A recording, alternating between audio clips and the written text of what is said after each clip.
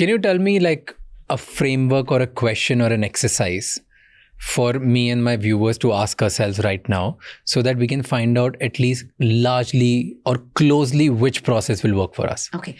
I would first say find out what you thoroughly have enjoyed doing. Okay. First you have to find out what you really enjoy doing.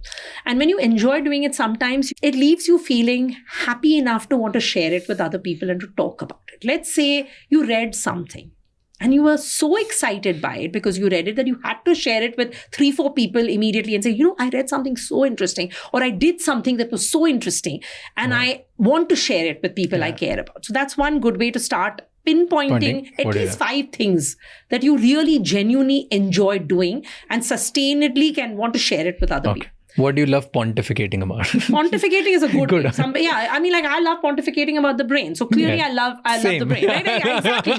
So this is it. You like talking about something. So you find out what that is. 2, you find out whether you're willing to do the work. That's the sustainability. Are you willing to do the work? Because you can enjoy something transiently, but if you're not willing to put in the effort, it's not going to sustain. It doesn't matter whether you're a Michael Phelps or you're a Michael Jordan. In both those cases, those examples do not work without a ton of effort. So effort and process is eventually the long-term way of sustained achievement. So I would say, are you willing to put in the work? What will you put in the work for? If you have to do this over and over again, day in and day out for hours at a time, will you be able to do this and will you be able to sustain it? Or are you going to get so bored and so put off that you're going to quit? That's the second question that you have to ask. And 3, I think you have to ask that if you didn't get the outcome that you wanted, would the process have given you enough joy? That's the hardest question to answer, but that's the question that's worth answering. Because it's very difficult to answer. It's a very difficult one, but it's the one that will sustain you because the outcome is a byproduct. The process is eventually what you have to do.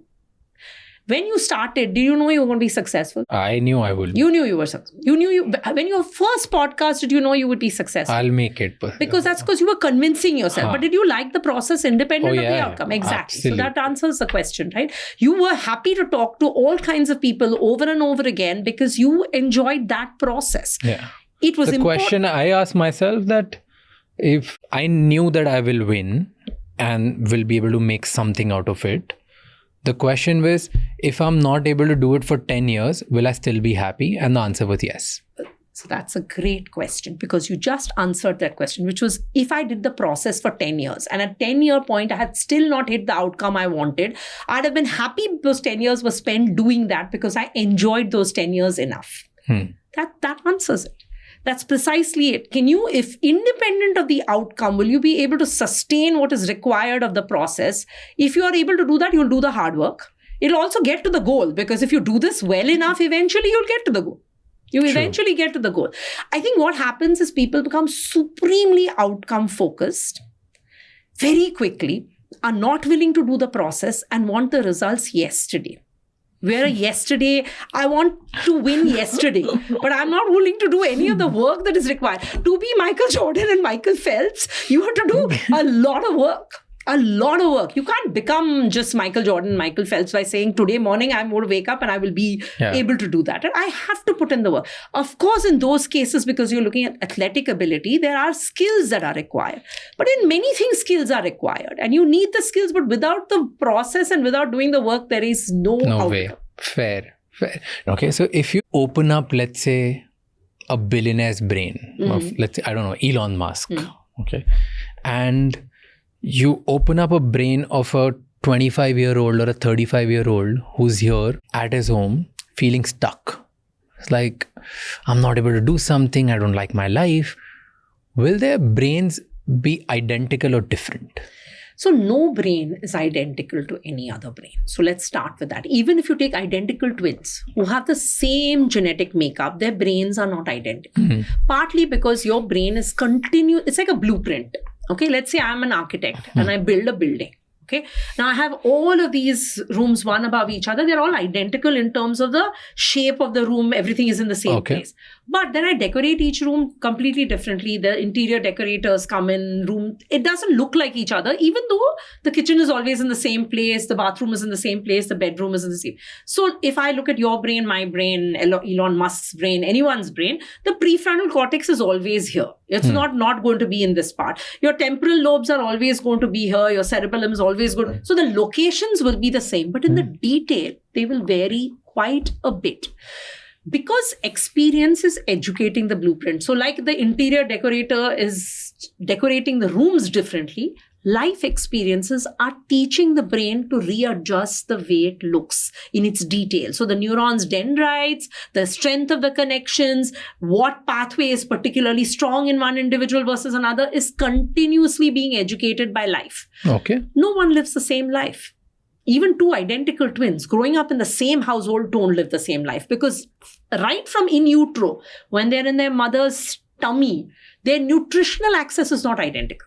Okay. So even though genetically they're clones of each other, they're not getting the same nutritional access. They will not have the same life experiences. So already there is that much difference. Okay. Right. So certainly from someone who is perhaps at the lowest point in their life, where they feel they have no hope, their brain is going to show certain structural changes that are associated, especially if they have a condition like major depression or anxiety or any of these. There are some structural changes that are happening. There are biochemical changes happening in the brain. So there is a different neurochemistry in this brain.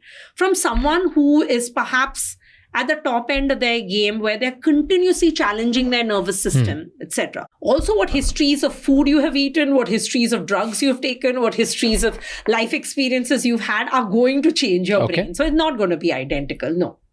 But you won't be able to tell, like, which one's a billionaire brain versus which one. No. But is it like some part of the brain will be bigger or smaller just because I get dopamine by winning, or versus I get dopamine by just losing, or maybe I don't get dopamine at all? No, it's not going to drastically vary. Unless there's, for example, where the variation comes, which is very visibly obvious, is if you look at an addict's brain, 101% you'll be able to tell that there is a history of addiction. If you look at an individual that has gone to severe trauma, like a post-traumatic stress disorder, etc., there are physical architectural changes, volume shrinks, the hippocampus shows a shrinkage. So you can see that. Someone who has chronic alcoholism, yes, you can tell that that brain has had that kind of alcohol or cocaine or heroin abuse.